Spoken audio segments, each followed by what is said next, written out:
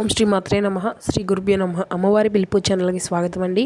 ఆ అమ్మవారి యొక్క ఆశీస్సులు మనపై ఎప్పుడూ ఉండాలని మనస్ఫూర్తిగా కోరుకుంటూ ఈరోజు వీడియో అయితే స్టార్ట్ చేయబోతున్నాను ఫ్రెండ్స్. ఈరోజు వీడియోలో అమ్మవారు మనకు తెలియజేయబోతున్న సందేశం ఏమిటంటే, బిడ్డ చూసిన వెంటనే కాదు అనకుండా నా చేతిలో ఉన్నటువంటి చెరుకు గడను తాకు, అంతులేని సంతోషాన్ని ఇచ్చేటటువంటి ఒక శుభవార్త అనేది నీ జీవితంలో జరగబోతుంది అనేసి అమ్మవారు అయితే ఒక చక్కని సందేశాన్ని అయితే మనకు ఇలా తెలియజేయబోతున్నారు అండి.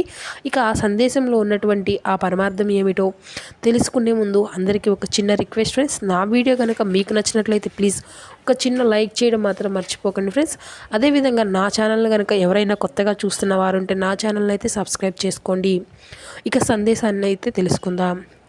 తల్లి, నేను ఏది మొదలుపెట్టినా నాకు ఏమీ ఉపయోగం ఉండడం లేదు. ఆదిలోనే అది అంతమవుతుంది. ఏ పనిని మొదలుపెట్టినా అది జరగడం లేదు అని నీవు ఎంతగానో బాధపడుతున్నావు కదా బిడ్డ. నీవు అనుభవించే బాధ అంతా కూడా నేను గ్రహించడం లేదు అని అనుకుంటున్నావు కదా. నీవు నీ సొంత పనుల కోసం ఈ మార్గాన్ని నీవు ఎంచుకున్నావా కాదుగా.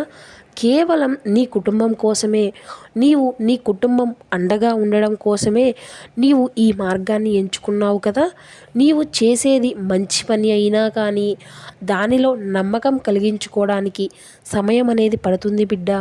అందులో మంచి అనిపించుకోవాలి అంటే నీవు ఆ సమయం అనేది కేటాయించక తప్పదు. ఎందుకంటే సమాజంలో చెడు చేరినంత త్వరగా మంచి చేరదు కదా. కానీ నీవు చేసే మంచి వల్ల నీ లాభాలే వస్తాయి నీకు, కానీ నష్టాలు ఏమీ జరగవు కదా.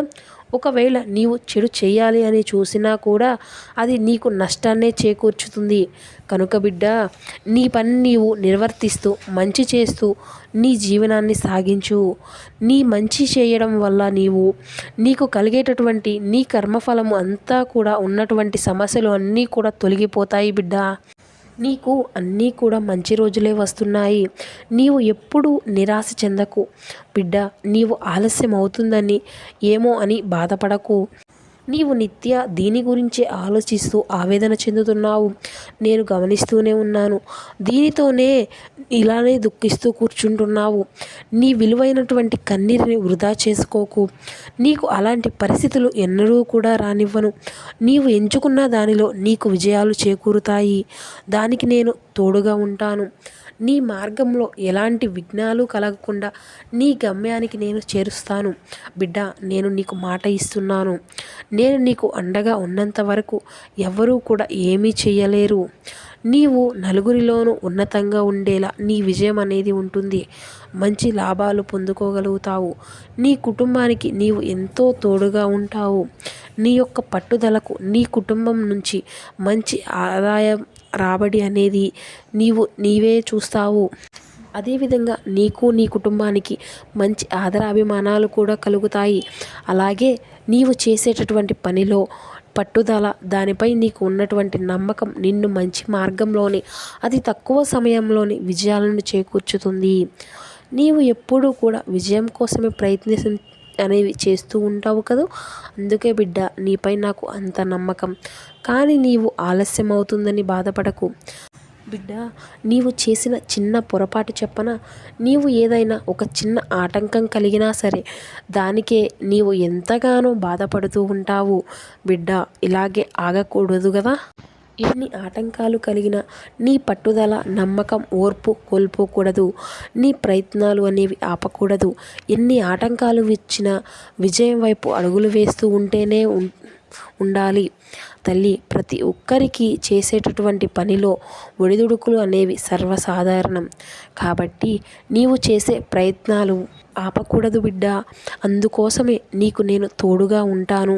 నీవు అనుకున్నవి అన్నీ కూడా అతి త్వరలోనే నెరవేర్చుతాను బిడ్డ. నీవు ఎవరికీ కూడా చెడును కోరుకోవు.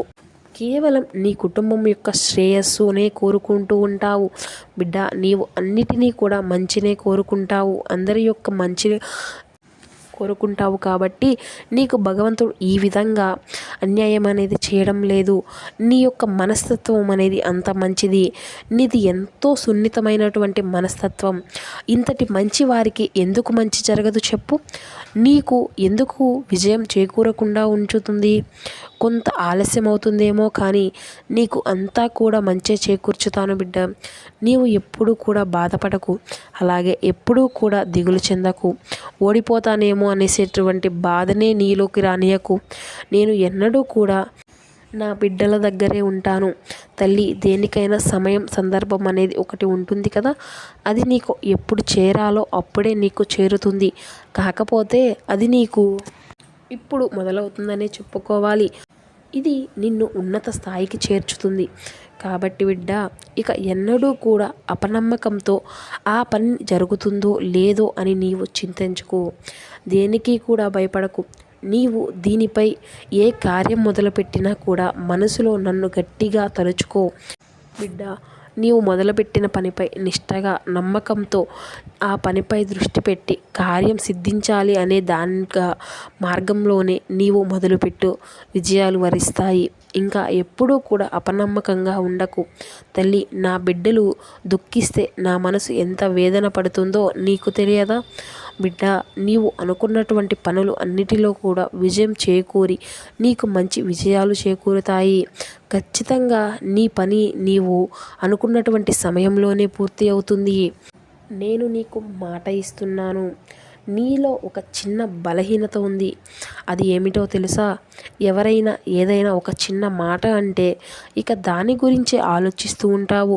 అదే అందరూ అనుకూలంగా తీసుకొని నిన్ను బాధకు గురి చేస్తున్నారు. నీవు ఏది మొదలుపెట్టినా అనుకున్నది అంతా కూడా నీ స్నేహితులు అందరికీ చెబుతావు. ఇలా చెప్పడం నీకు నష్టాన్ని కలిగిస్తుంది. అందుకే నీవు ఇలా చేయడం వలనే ఆ పనిలో నీవు ముందుకు వెళ్ళలేకపోతున్నావు. ఎందుకంటే నీవు నరగోల అన్నది నీకు ఎక్కువగా ఉంది బిడ్డ. వాళ్ళు నీ పనుల్లో ఆటంకాలను కలిగిస్తూనే ఉంటున్నారు. నీకు ఆ పనిలో మొదలుపెట్టిన వెంటనే కూడా ఆటంకాలు అనేవి ఎదురవుతూ వస్తున్నాయి. ఈ ఇబ్బందులు అన్నీ కూడా ఎందుకు బిడ్డ? ఇలా చేయడం నీవు ఎలాంటి ఉపయోగం ఉండదు కదా. కాబట్టి ఎవరిని కూడా నమ్మకు. నీకు ఏది మొదలుపెట్టినా నీవు అనుకున్నది అంతా కూడా నీవుగానే ఆలోచనలు చేసి నీపై నీవు నమ్మకం కలిగించుకొని మొదలుపెట్టుకో. ఇలా చేస్తేనే నీవు విజయాన్ని వరిస్తావు. నేను ఎప్పుడూ కూడా చెబుతూనే ఉంటాను, నీకు ఎప్పుడూ కూడా అండగానే ఉంటాను. నా ఆశీస్సులు నీకు ఎప్పుడూ ఉంటాయి. ఓం శ్రీ మాత్రే నమః. జై భవాని. సో విన్నారు కదా ఫ్రెండ్స్, ఈరోజు అమ్మవారి సందేశం. ఈ సందేశం మీ అందరికీ నచ్చింది అని అనుకుంటున్నాను. ఈ సందేశం కనుక మీకు నచ్చినట్లయితే ప్లీజ్ ఒక చిన్న లైక్ చేయడం మాత్రం మర్చిపోకండి friends. Thank you for watching.